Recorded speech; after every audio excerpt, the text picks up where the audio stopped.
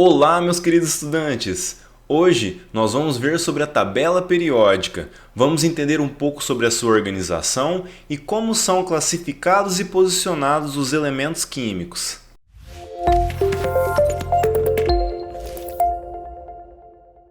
A tabela periódica atual é composta por 118 elementos químicos. Estes elementos químicos são representados com a primeira letra maiúscula. E caso tiver uma segunda letra, essa letra será minúscula. Estes elementos químicos são agrupados em grupos e períodos. No primeiro grupo, nós temos os metais alcalinos. No segundo grupo, os metais alcalinos terrosos. Do terceiro grupo ao 12º grupo, temos os metais de transição. Do 13º ao 17º, nesta área, temos os ametais. E no 18º período, temos os gases nobres, que são os gases inertes. No terceiro grupo, no 6º e 7º período, temos os lantanídeos e actinídeos. Eles também são chamados de elementos de terras raras. Podemos notar também que a tabela periódica é dividida por cores. Os elementos com a cor verde são os metais. Os elementos na cor amarela são os ametais. E em cinza, os elementos que possuem classificação desconhecida. E os elementos na cor azul são os gases nobres. A tabela também nos informa em qual estado físico se encontram os elementos químicos nas condições normais de temperatura e pressão. Essas condições são temperatura igual a 0 graus Celsius e a pressão a 1 atmosfera.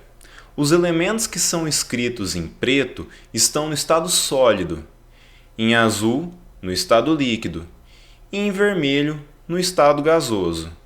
Bom, outra informação interessante sobre a tabela periódica são os elementos escritos em branco. Esses elementos são elementos artificiais. Eles não são encontrados na crosta terrestre. Desse modo, eles são sintetizados em laboratório. Eles são pouco conhecidos e se conhece pouco sobre as suas aplicações, devido à sua baixa estabilidade. Outro tipo de classificação a ser feita, que é muito interessante, é por subníveis energéticos. Nos metais alcalinos e alcalinos terrosos, o elétron que se encontra no subnível mais energético está no subnível S. Para os metais de transição, no subnível D. Para os elementos que estão no 13º e até o 17º período, estão no subnível P. E os elementos químicos de terras raras estão no subnível F. Bom, tendo conhecimento sobre distribuição eletrônica e sabendo dessas informações da tabela periódica, podemos fazer um macete para descobrir qual que é o subnível mais energético do elemento químico. Para o subnível S ou P, nós fazemos a seguinte fórmula: o número do nível energético mais o subnível S ou P e o grupo onde ele está posicionado. Para os elementos que terminam no subnível D, é o número do nível energético menos 1, o subnível D e o grupo onde ele está posicionado menos 2. Para os elementos que terminam no subnível F, o número do nível energético menos 2, o subnível F, e nós vamos contar da esquerda para a direita na tabela periódica. Bom, vamos fazer um exemplo de cada um deles. Vamos começar primeiramente com o cálcio. O cálcio se encontra no 4º período, no 2º grupo. Dessa forma, fica assim: o número do nível energético, 4.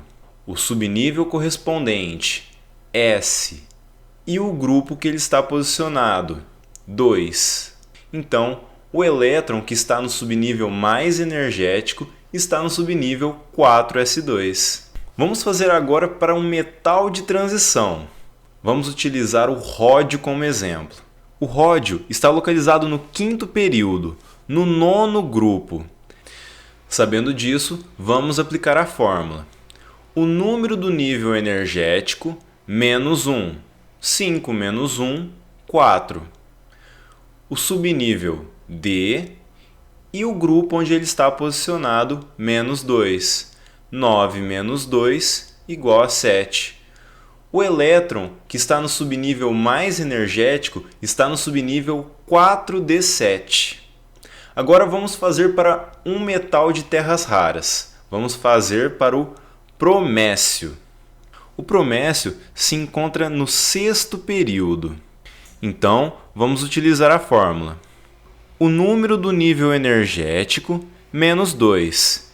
6 menos 2, 4. O subnível correspondente, F. E vamos contar da esquerda para a direita. 1, 2, 3, 4, 5. Dessa forma, o elétron que está no subnível mais energético do promécio está no subnível 4F5. Porém, esse macete não pode ser utilizado com 3 elementos químicos, o crômio, o cobre e o gadolínio, pois eles possuem uma distribuição eletrônica irregular. Pessoal, espero que vocês tenham gostado da videoaula. Treinem bastante esse macete e estudem sobre essas informações. Espero vocês na próxima aula. Até mais!